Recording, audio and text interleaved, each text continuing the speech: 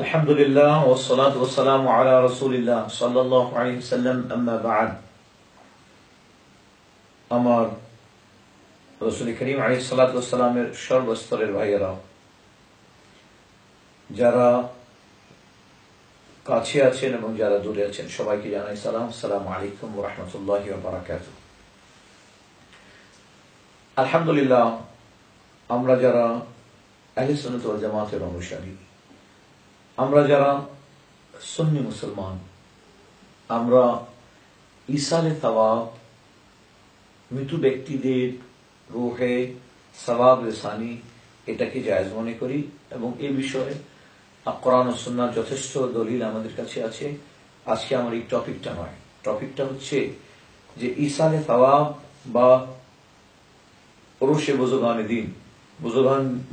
দিন, আল্লাহ তাআলার ওলিদের ওরসকে কেন্দ্র করে যে সমস্ত শরিয়া বিরোধী কাজ আমাদের সমাজে হচ্ছে, এখানে ওরস একটা মুস্তাহাব আমল, ওরস একটা মুস্তাহাব আমল, করলে সওয়াব আছে, না করলে আযাব নেই, এটা কোনো ফরজ বা ওয়াজিব নয়। কিন্তু ওরস যদি আপনি এভাবে করেন যে মাগরিবের নামাজ কাজা হয়ে যায়, এশার নামাজ কাজা হয়ে যায়, ফজরের নামাজ কাজা হয়ে যায়, তাহলে কিন্তু এটা ওরস হবে না, এটা আপনি গুনাহগার হবে। তদ্রূপ আপনি ওরসের নামে যদি মহিলা পুরুষদের মেলামেশার, অবাধভাবে মেলামেশার ইন্তজাম করেন, তাহলে এটা হারাম হবে। একটা মুস্তাহাব কাজ করার জন্য হারাম কাজ করতেছেন, এটা জায়েজ হবে না। তদ্রূপ আপনি ওরসে যে সমস্ত গরু, মহিষ, ছাগল, বকরি দান করবেন, এগুলোকে ঢোল ঢাল পিটিয়ে আর মুখের মধ্যে আগুন, কেরোসিন দিয়ে আগুন লাগাই নিয়ে যাবেন, মহিষকে দেশি শরাব পান করাবেন, নাউযুবিল্লাহ মিন যালিক, আস্তাগফিরুল্লাহুল আযীম। একটু বিবেককে জিজ্ঞাসা করুন, সাহেবে মাজার যার ওরস আছে তাকে জিজ্ঞাসা করুন, আমার এই আমলে আপনি খুশি হচ্ছেন কি নারাজ হচ্ছেন? উনি যদি দেখেন বলবেন, তাহলে নিঃসন্দেহে বলতেন, এই খবরদার বেয়াদব, আমার কবরের কাছে, আমার মাজারের কাছে এই অবস্থায় আসবে না, আমি কষ্ট পাই তোমাদের এই কর্মকাণ্ড দেখে।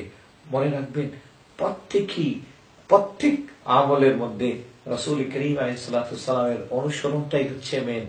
যেই আমলের মধ্যে রাসূলুল্লাহ সাল্লাল্লাহু আলাইহি ওয়াসাল্লামের অনুসরণ নেই, সেই আমল আমাকে আল্লাহ পর্যন্ত নিয়ে যেতে পারবে না, সেই আমলের মাধ্যমে আল্লাহ তাআলার সন্তুষ্টি অর্জন করা অসম্ভব হয়ে দাঁড়াবে। স্পেশাল ভাবে যেখানে প্রকাশ্যে মানুষ শয়তানের কাজকে সে নাউযুবিল্লাহ মিন যালিক সওয়াব হাসিলের উদ্দেশ্য করবে, শয়তানের কাজকে করবে সওয়াব পাবার উদ্দেশ্যে, সেটা ইসলাম থেকে খারিজ হয়ে যাবে।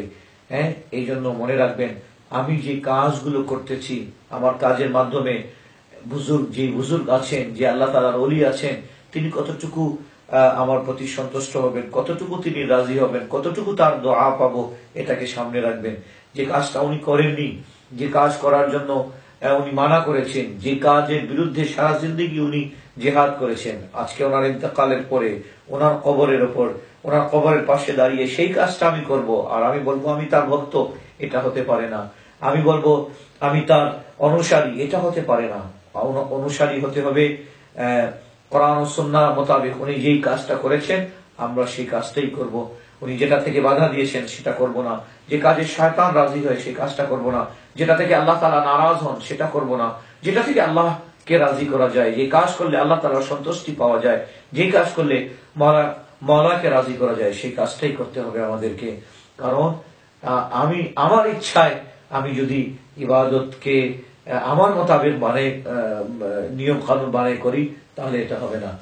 আমার ভাইয়েরা, আসুন আমরা বুজুর্গানে দ্বীনদের ওরস সমূহকে পুরোপুরি ভাবে কোরআন ও সুন্নাহ মোতাবেক গড়ে তুলি। এখানে কোরআনের তেলাওয়াত হবে, এখানে হাদিসে নববী বয়ান হবে, এখানে নাতে রাসূল পাঠ করা হবে, এখানে উলামায়ে কেরামের হক্কানি উলামায়ে কেরাম এদের বয়ান হবে।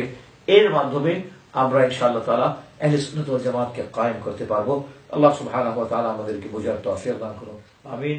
ওয়াসসালামু আলাইকুম ওয়া রাহমাতুল্লাহ।